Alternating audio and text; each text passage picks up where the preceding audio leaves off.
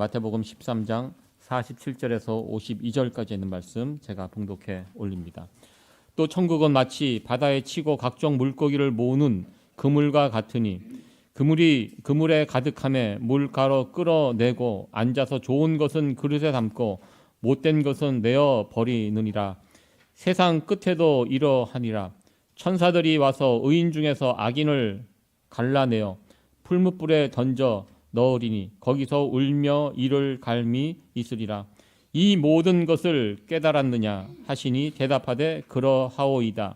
예수께서 가라사대 그러므로 천국의 제자된 서기관마다 마치 새 것과 옛 것을 그 곳간에서 내어오는 집주인과 같으니라. 아멘. 우리는 지난 몇 주간 마태복음 13장에 나오는 천국의 비유들을 함께 살펴보았습니다. 모두 여러 가지 한 7개의 비유가 있는데 제가 다 살펴보지는 않고 오늘까지 이제 4개의 비유를 살펴보려고 합니다. 씨 뿌리는 자의 비유, 천국 비유. 천국이 어떤 것인지. 이 천국은요, 하나님 나라는 예수님께서 오심으로 이 땅에 본격적으로 시작이 되었습니다. 제가 이제 미국에 살고 있기 때문에 가끔 한국에 가서 내가 살고 있는 미국에 대해서 이렇게 설명을 할 때가 있습니다. 근데 제가 설명을 하면서 내가 지금 설명을 하고 있지만 내가 설명한 나라가 미국인가? 퀘션 마크를 가지고 설명을 합니다. 이건 제가 경험한 극히 일부분의 미국에 대해서 설명을 하는 것입니다. 그러나 예수님께서 오셔서 천국에 대해서 설명을 하신다? 이건 차원이 다른 문제입니다. 왜? 예수님은 천국을 만드신 분입니다. 그래서 천국에 대해서 설명할 때 정말 필요한 부분들, 그리고 정확한 부분들을 예수님께서 말씀을 해주시는 것입니다. 그렇기 때문에 예수님께서 천국에 대해서 이러이러하다 말씀하실 때 주의 깊게 잘 들으셔야 합니다. 왜? 예수님께서 말씀하신 천국에 대한 말씀은 정확한 말씀이기 때문입니다. 그리고 우리가 천국에 대해서 알아야 될 부분이기 때문입니다. 그래서 마태복음 13장에 나와 있는 이 천국 비유를 여러분들 특별히 유심히, 여러분들 천국에 대한 관심이 많으시잖아요. 이 천국은 예수님께서 말씀하신 천국은요, 우리 죽어서 가는 천국 물론 있습니다. 그러나 이 땅에서 시작된 천국이 어떤 나라인지, 어떤 모습인지 이 부분에 대해서 설명을 하기 때문에 대단히 중요합니다. 우리가 지금 천국을 살고 있습니다. 그리고 천국을 만들어가고 있습니다. 확장시켜가고 있는, 확장시켜야 될 사명이 우리에게 있거든요. 그래서 예수님의 이 말씀을 주의 깊게 잘 들으셔서 이 땅에서 천국을 살아가는, 천국의 백성답게 살아가는 성도 여러분들이 되기를 또 기대해 봅니다. 씨 뿌리는 자의 비유, 초점이 무엇입니까? 예수님께서 오셔서 천국 말씀을 뿌리십니다. 씨를 뿌리듯이 뿌리시는데 4분의 3이 열매를 맺지 못해요. 맨 땅에 떨어지고 가시떨기에 떨어지고 돌 위에 떨어지고 이런 씨들은, 씨는 똑같은 씨입니다. 그런데 그 밭의 상황에 따라서 열매를 맺지 못합니다. 그러니까 밭이 중요하다, 이 부분을 말씀드렸습니다. 이 밭은 우리의 심령이라고 했고요. 옥토에 떨어진 씨만이 열매를 맺습니다. 그러니까 이 씨는 똑같아요. 예수님 책임이 아니에요. 예수님은 똑같은 씨를 뿌렸지만 어떤 씨는 열매를 맺고 어떤 씨는 열매를 맺지 못하는데, 그 확률적으로 보면은 4분의 1, 소수에 불과한 옥토에 떨어진 씨만이 열매를 맺고, 그리고 열매를 맺을 때 많이 맺죠. 최소 30배, 60배, 100배 열매를 맺게 된다. 그래서 하나님 나라의 특징, 다 열매 맺는 것이 아니다. 소수만 열매 맺는데 그 소수로 인하여 하나님 나라는 엄청나게 발전해 갈 것이다. 이것이 씨 뿌리는 자의 비유가 우리에게 알려주는 천국의 비밀이었습니다. 두 번째로 제가 다뤘던 것은 알곡과 가라지 이 비유입니다. 예수님께서 알곡을 뿌리셨습니다. 그럼 다 알곡이 자라나야 되는데 어느 날 보니까 그 안에 가라지가 있어요. 제자들이 와서 묻습니다. 예수님, 알곡만 뿌리지 않으셨습니까? 왜 가라지가 생겨났습니까? 예수님께서 말씀하시죠. 저거는 내가 뿌린 것이 아니라 마귀가 와서 덧뿌리고 갔다. 왜? 예수님께서 이 땅에 오시면서 천국이 본격적으로 시작이 됩니다. 그리고 천국 백성들을 모으는 작업을 이제 시작을 합니다. 시작이 됐습니다. 그런데 동시에 마귀들도 이 천국이 커가는 것을 방해하기 위해서 예수님이 뿌려놓은 옥토 위에다, 이 알곡 위에다가 가라지를 덧뿌리고 갔습니다. 그리고 알곡과 가라지는 처음 막 자라날 때는 구별하기가 어렵습니다. 예, 이파리와 줄기를 통해서는 구분하기가 불가능해요. 그래서 이것이 알곡인지 가라지인지 어느 날 문득 보니까 이게 알곡이 아니라 가라지였다는 것이 이제 알게 되거든요. 그래서 예수님께서 그것을 제자들이 당장 뽑으려고 할 때 못 뽑게 했습니다. 그 자칫 뽑다가는 알곡까지 망가질 수 있으니까.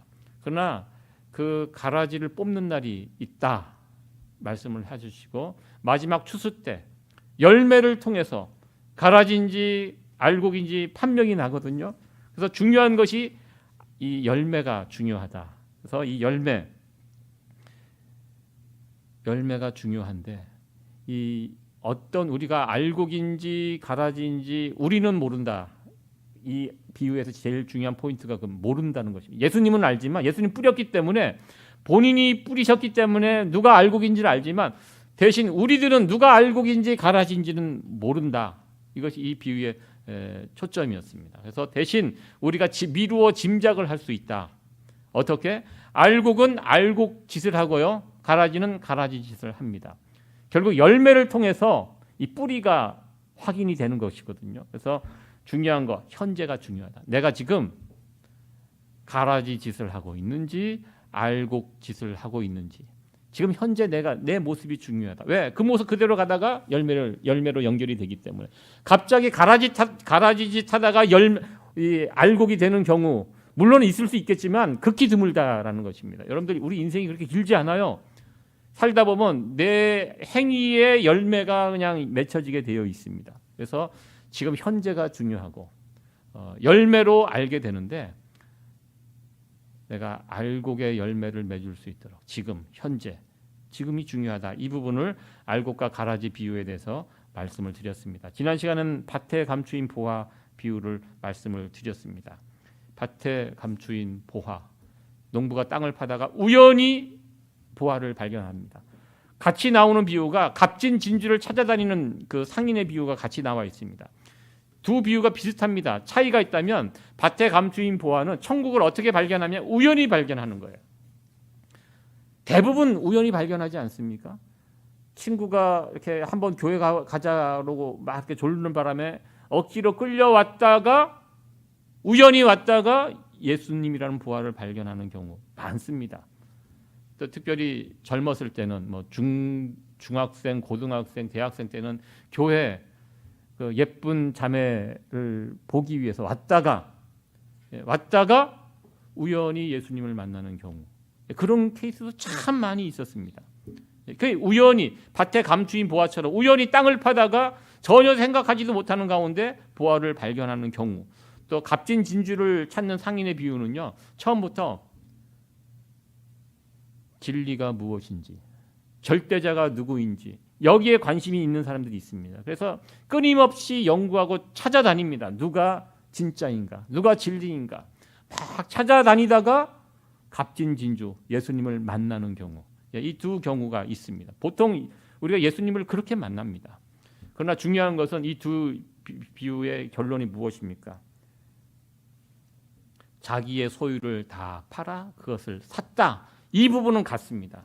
우리가 진짜 우연히 만났건 내가 열심히 찾아서 만났건 중요한 것은 그 다음 예수님 천국은 값진 보물이라는 것입니다. 내게 가장 값진 내 모든 것을 다 쏟아붓고 얻어도 전혀 아깝지 않는 가치 있는 것이 천국이고 예수님이라는 것입니다. 예수님께서 그 앞서서 뭐 겨자씨 비유, 누룩 비유 하찮은 것 갖고 비유를 하셨거든요. 천국을. 그러니까 사람들이 천국이 겨자씨와 누룩과 같이 좀 이렇게 보잘것없고 뭐 그런 것인 것으로 오해할 수 있었기 때문에 예수님께서 제자들에게 아니라는 것입니다. 천국은 너무너무 귀한 것이다.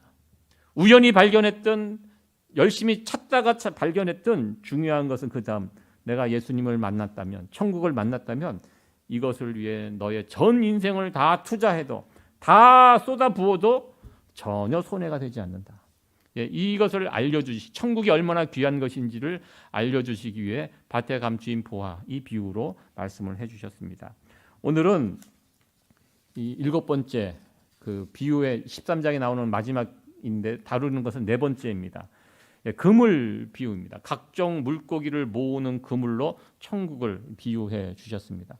이 비유의 포인트는요, 좋은 고기, 나쁜 고기를 마지막에 분리하는 마지막 장면, 이 부분이 천국의 모습, 천국의 이 땅에 있는 천국, 저 하늘에 있는 천국은요, 다 좋은 물고기만 있고 다 알곡만 있고 다 좋습니다. 그러나 이 땅에 예수님께서 가져온 천국은 저 하늘에 있는 천국과 다릅니다.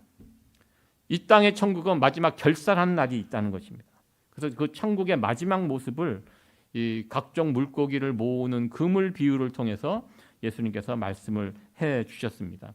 저 예전에 제가 대학생 때 저희 아버님이 목회를 그때 당시 경상북도 그 울진 그 밑에 보면 후포항이라고 있습니다. 그 후포가 왜 유명하냐면 거기서 울릉도 가는 여객선이 거기서 또 출발을 해요. 굉장히 지금은 모르겠지만 서울에서 거기까지 가려면 교통이 굉장히 불편합니다. 포항까지 내려갔다가 올라가야 돼요. 바로 가는데요. 그래서 굉장히 먼 지역입니다. 제가 여름마다 그곳에 가서 한 3년 정도 매 여름마다 그곳에 가서 지냈었는데요. 1달, 2달 지냈는데 그곳에 지내면서 그 바닷가 어부들의 어촌의 모습들을 가까이서 본 적이 있습니다. 여름철에 그 한때 고기가 멸치잡이가 이제 여름철 한철 그때가 한참 성황을 하는데요. 멸치 잡는 모습을 제가 본 적이 있습니다. 그러니까 멸치 떼가 여름철 어느 시기가 되면은 해안가로 몰려와요.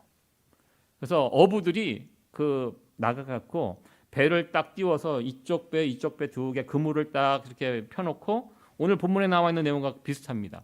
그래서 이 멸치를 이렇게 해안으로 몰려오는 멸치를 거기서 그물로 이렇게 잡아요. 그러면 딱 그물에 들어갔을 때 그물을 당겨야 돼요. 당기면 그때 정말 힘들어요. 제가 봤을 때 그 한여름이거든요. 그러니까 사람들이 달라붙어 가서 그물을 막 잡아 당겨요. 그러면 이제 멸치가 그냥 그 싱싱한 멸치가 막 하면서 막 올라옵니다. 그때만 그게 가능해요. 그러니까 이 동네에 아주 중요한 행사입니다. 여름만 되면. 그래서 동네 사람들이 다 투입이 돼요. 그러니까 힘쓸 수 있는 애들은 다, 그러니까 중학생 애들까지 다 올라가요. 배. 그래서 맨정신에 못하니까 옆에 큰 술통을 큰 걸 하나 놓고 그 퍼 마시면서 해요. 너무너무 힘든 일이에요.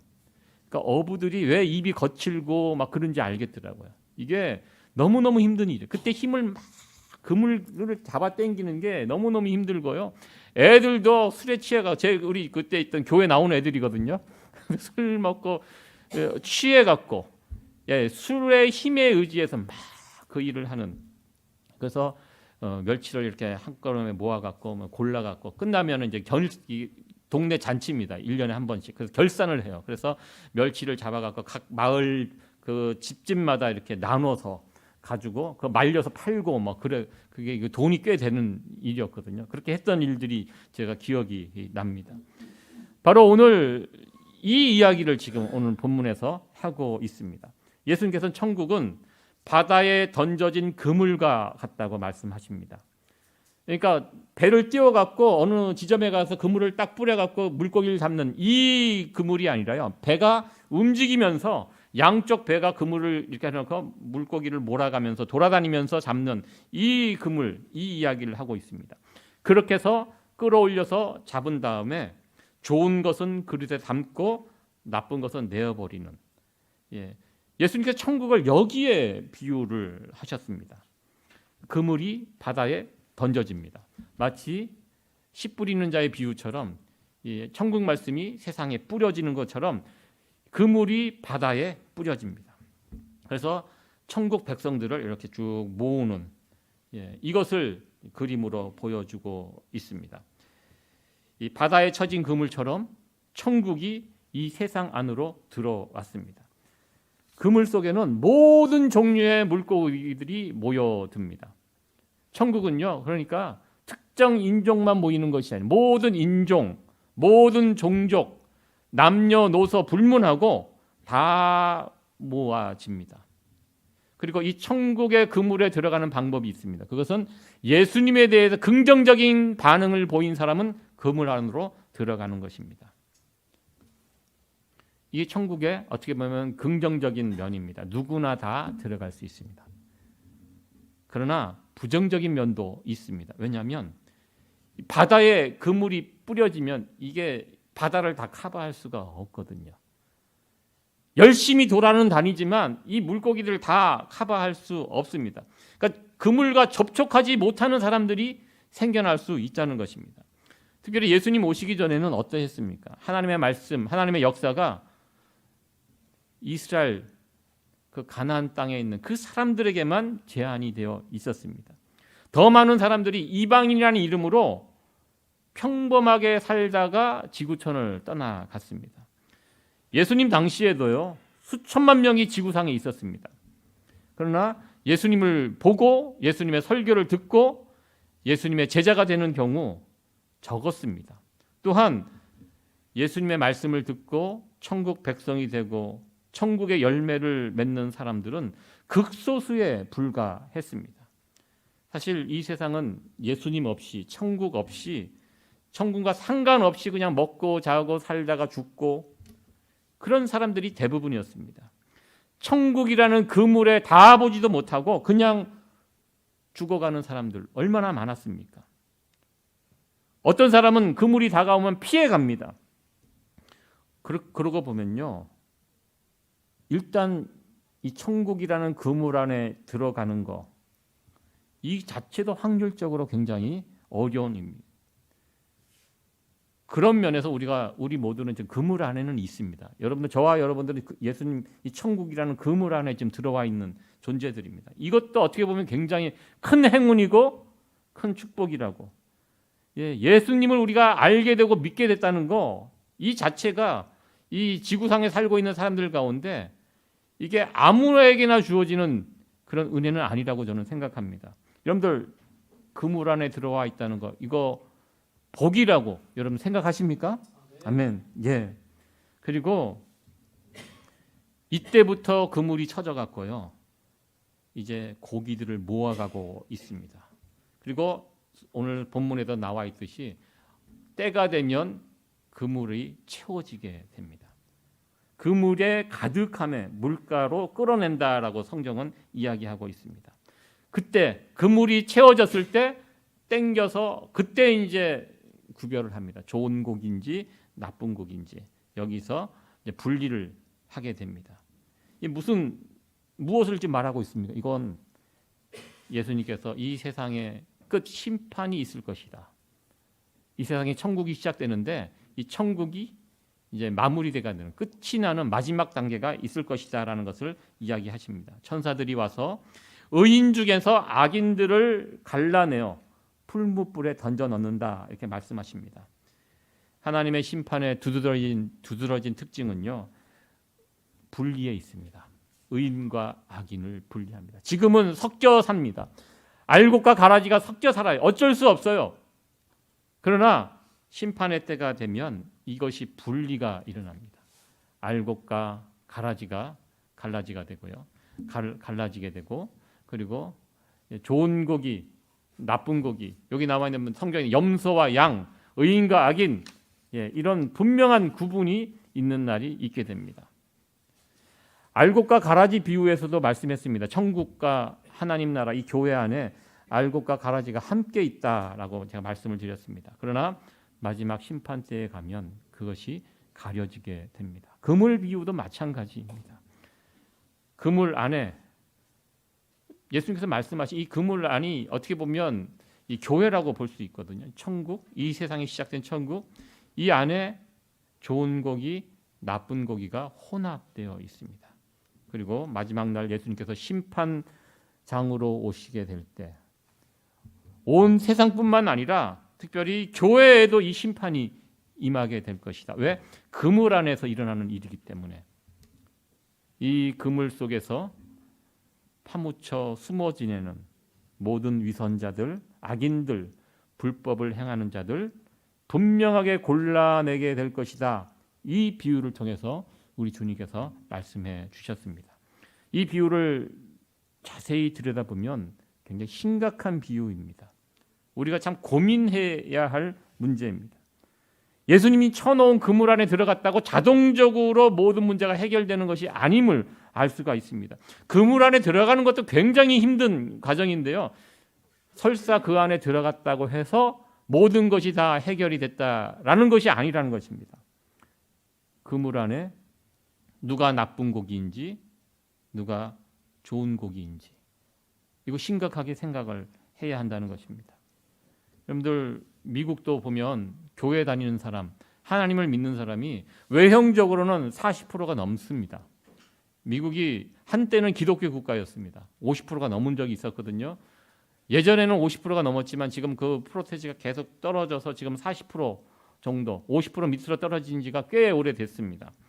그래도 40%만 해도 이거 엄청난 인원 아닙니까? 미국의 인구가 지금 3억 3천만 명 이 정도 되는데 한 절반 가까이가 교회 다니고 하나님을 믿는 사람이라고 하는 이 비율 굉장히 높습니다. 그러나 그 40%의 교회 다니는 사람들 가운데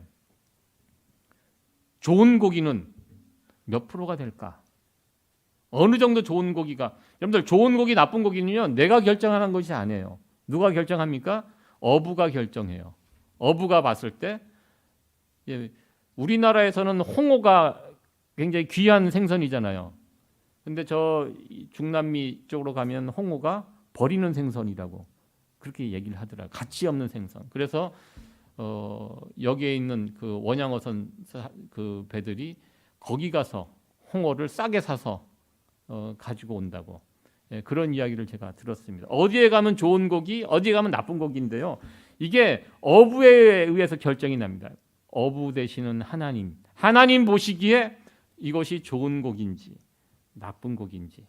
그래서 이게 굉장히 심각한 문제입니다. 나는 지금 그물 안에 있습니다. 여러분들, 저와 여러분들 다 그물 안에 있어요. 그러나 내가 좋은 고기인지 하나님 보시기에 좋은 고기인지 나쁜 고기인지는 몰라요. 내 생각과 달라요. 이게 굉장히 중요한 부분입니다. 그래서 언젠가는 그물이 끌어올려집니다. 이 그물이 끌어올려지는 거, 이게 우리에게 남겨진 시간들입니다. 굉장히 귀한 시간들입니다. 이 시간 우리에게 기회가 됩니다. 우리가 이 부분은 책임져야 해요. 지금 하나님께서 우리를 기다려주는 시간이고요. 회개하고 돌아가야 할 시간이고 좋은 물고기가 되어야 할 시간입니다. 그리고 하나님 앞에서 합당한 사람으로 살아가야 할 그 시간들입니다. 이 귀한 시간, 이 시간에 대해서 지금 이 비유는 말씀하고 계십니다. 이렇게 예수님은 천국에 대한 설명을 쭉 하셨습니다. 그리고 제자들에게 질문하셨습니다. 너희들 내가 지금까지 천국에 대해서 이 모든 것 쭉 설명을, 비유라는 것이 굉장히 그림 언어라고 제가 말씀을 드렸어요. 쉽게 풀어서 설명을 해주신 것입니다. 천국이 이렇다. 그러니까 제자들이 예수님의 말씀을 다 듣고 어떻게 했습니까? 이해를 했습니다. 제자들도 평범한 사람들이에요. 우리와 같은 평범한 사람입니다. 예수님께서 천국에 대한 이야기를 쭉, 천국이 이렇다, 마치 이렇다 제자들이 다 설명을 듣고 이해를 했습니다. 그리고 이해를 했다고 하니까 예수님께서 결론적으로 52절에 있는 말씀으로 주셨습니다. 우리 52절에 있는 말씀 같이 읽도록 하겠습니다. 시작. 예수께서 가라사대 그러므로 천국의 제자된 서기관마다 마치 새 것과 옛 것을 그 곳간에서 내어오는 집주인과 같으니라. 아멘. 여기 보면 너희들이 이제 천국에 대해서 이해했다면 이제 너희들이 남은 인생 어떻게 살아가야 하는지 이 부분에 대해서 예수님께서 말씀을 해주셨습니다. 여기 중요한 단어가 하나 나오는데 천국의 제자된 서기관, 천국의 서기관이라는 표현이 여기 나옵니다. 창고에서 새 것과 옛 것을 꺼내오는 집주인 이야기. 이 집주인이 천국의 서기관이거든요. 이 천국의 서기관이 과연 무엇일까 좀 생각을 해봅니다. 옛 것과 새 것은 또 무엇일까? 이 부분도 생각을 해봅니다. 새 것은 예수님이 지금 말씀하신 천국 복음이 새 것입니다. 복음, 새 것이죠. 이전에는 없던 것입니다. 옛 것은 무엇입니까? 옛 것, 옛날 구약의 말씀들, 구약의 율법입니다. 쉽게 말해서 신약과 구약입니다. 새 것과 옛 것. 이 두 개가 합쳐져서 완전한 하나님 말씀이 됩니다. 과거 이스라엘 사람들은 옛 것만 붙잡고 살았습니다. 그러니까 옛 것을 붙잡고 살아가는 사람들이 구약의 서기관들입니다. 너희들은 구약의 서기관들이 아니라 하나님 나라의 천국의 서기관이다. 천국의 서기관들은 어떻게 합니까? 구약과 신약을 다 가지고 있어야 됩니다. 구약만 붙들고서는 안 된다. 지금 이 말씀을 지금 예수님께서 말씀을 하십니다. 너희들, 나의 제자된 너희들은 구약의 율법에 있는 말씀, 옛 것만 붙잡지 말고 내가 지금 전한 천국 복음, 이 말씀을 꼭 붙들고 이것을 함께 전하라. 이것이 천국의 서기관. 이제 앞으로 너희들이 해야 할 일이다. 이 말씀을 하고 계십니다. 옛 것과 새 것을 꺼내오는 집주인처럼 복음과 율법 어느 한 곳에 치우치지 말고 구약의 말씀은요, 신약이 있었기 때문에 완성이 되는 것입니다. 그리고 신약의 말씀도 구약에 있는 근본을 빼버리면 완성이 되지 않아요. 그러니까 구약과 신약이 같이 있어야 됩니다. 같이 이 두 가지 말씀을 붙들고 복음을 증거하고 천국 복음을 전해라. 지금 제자들에게 이 사명을 주셨습니다. 이 곡간이라는 거, 곡간이 무엇입니까? 곡간은 창고입니다. 창고. 여러분들 가정에 다 창고 있으시죠? 저도 지금 살고 있는 집에 이사 오면서 창고가 없어요. 짐을 놔두는 공간이 너무 적더라고요. 그래서 어떻게 할까 하다가 대부분 많이 버렸습니다. 그래도 버려서는 안 되는 물건들이 있잖아요. 그래서 그것을 보관하기 위해서 홈디포 같은 데 가 보니까 왜 창고 같은 게 있더라고요. 한 500불 정도 주고 이틀 동안 제가 조립을 해갖고 옆에 이제 창고를 이렇게 만들었습니다. 그래서 거기다가 이제 창고에다가 필요한 물건들을 쌓아놓고 또 필요할 때마다 꺼내서 이렇게 쓰고 있습니다. 요즘도 제가 가끔 창고를 열어서 확인해요. 어떤 물건이 있는지. 그거 모르면 분명히 있는데 또 사요. 분명히 없다고 생각하고 사왔는데 있어봐요. 얼마나 화가 나요. 이 돈 너무너무 아깝고. 그래서 지금도 여름에 쓸 물건, 겨울에 쓸 물건 있으니까요. 여름 되면 겨울에 쓰던 거 다시 창고에다 넣어놓고 또 여름 찾아오면 또 필요한 물건들 거기서 또 꺼내 쓰고 뭐 그렇게 지금 저희 창고를 활용하고 쓰고 있습니다. 아마 여러분들도 그런 창고가 다 있을 것입니다. 지금 예수님께서는 이 창고, 이 곡간 이야기를 지금 하고 계십니다. 물건을 이렇게 쌓아놓고 아마 여러분들 각자 인생의 곡간을 한번 생각해 보시기 바랍니다. 다 나름대로 여러분들의 곡간이 있습니다. 지금까지 살아오시면서 겪었던 경험들, 능력, 그리고 이 사회에 미칠 수 있는 영향력, 잠재 능력 다 여러분들 가지고 계십니다. 그런 것들이 여러분들이 가지고 있는 어떤 인생의 곡간들입니다. 이 인생의 곡간들을 가지고 천국을 위해서 잘 사용하라. 이 말씀을 도전의 말씀을 하고 계십니다. 예를 들면 이런 이야기입니다. 예수님의 제자들이 이전에는 어부들이 여럿 있었습니다.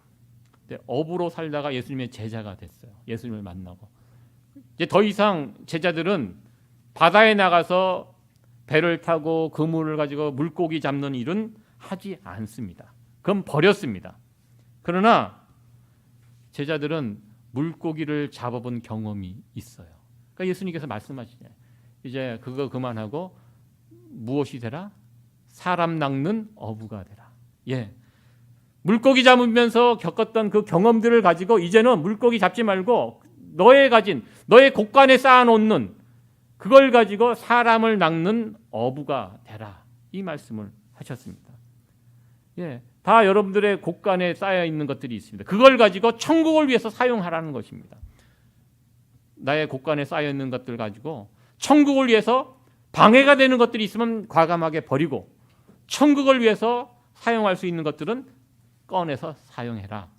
이것이 천국의 서기관들의 사명입니다. 내가 예전에는 예수님 믿기 전에는 술 먹고 사람들과 만나고 놀고 이런 걸 좋아하는 사람들이 있습니다. 근데 예수님을 믿었어요. 그럼 어떻게 돼요? 버려야 될 것이 있죠.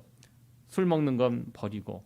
그러나 내가 예전에 사람 만나서 교제하고 사람 사귀고 이런 거 잘하는 분들은요, 그거 가지고 사람 사귀라는 얘기예요. 예, 전도를 그런 분들이 잘해요. 많은 사람들이 내성적인 분들이에요. 사람 만나서 부끄럽고 말도 못하고 이런 분들이 대부분이잖아요. 그런데 특별하게도 사람 사귀는 거 좋아하고 사람 만나는 거 좋아하고 이런데 에너지가 있는 분들이 있어요. 이런 분들이 예수 믿으면 어떻게 됩니까? 예, 전도 대장이 됩니다. 이런 분들 정말 전도 잘해요. 낯선 곳에 가서 금방 친구가 돼요. 예, 인종도 막 다른데 말도 안 통하는데 막 가갖고 예, 손짓 발짓 해갖고 제가 아는 어느 권사님 그러시더라고요. 이분이 뭐 영어를 해서 얼마나 하겠습니까? 근데 막 가서 막 스페니시 이런 분들 막 데리고 와요, 교회로. 권사님 할 정도로 그 부침성이 있는 분들이 있어요. 예. 그러니까 이런 것들은 천국을 위해서 내가 살리면 됩니다. 내가 예전에는 불교를 믿었는데 예수 믿은 이후에는 부처에게 절하는 거 버려야죠. 왜? 부처는 진짜 신이 아니기 때문에. 그러나 내가 불교를 믿을 때 정말 지극정성으로 가서 막 절하고 막 했던 이런 모습들은 살려서 부처에게 절하는 대신 누구에게 절하면 됩니까? 하나님께 지극정성으로 예배드릴 때 그걸 사용하면 됩니다. 여러분들 다 인생의 곳간들을 다 가지고 계십니다. 그 안에서 내가 하나님 나라를 위해서 사용할 것이 무엇인지 그거 가지고 그거 사용하라. 하나님 나라를 위해서 방해가 되는 거 있으면 창고에 있는 거 과감하게 버리라. 지금 이 말씀을 우리에게 말씀하고 계십니다. 바로 이것이 천국의 서기관들이 남은 인생 우리가 천국의 서기관들로 살아야 되거든요. 이런 모습으로 살아가라. 지금 예수님께서 마지막으로 도전의 말씀을 우리에게 해주고 계십니다. 여러분들 다 곳간에 쌓여 있는 것들 나름대로 다 곳간을 가지고 계실 것이라고 생각됩니다. 천국을 위해서 어떤 것을 사용해야 할지 여러분들 잘 살펴보시고요. 그것을 위해서 남은 인생 잘 사용할 수 있는 우리 성도 여러분들 되어지기를 간절히 축원합니다. 아멘.